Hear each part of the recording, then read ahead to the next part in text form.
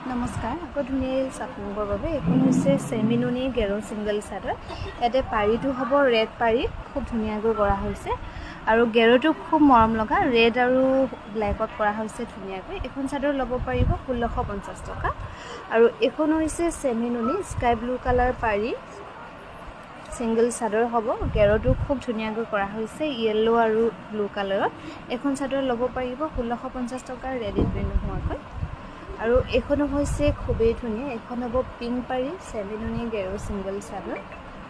এখনৰ গেৰোটো থাকিব এনেকৈ ৰেড আৰু ব্লুত কৰা হৈছে ধুনীয়াকৈ 1650 টকাত ল'ব পাৰিব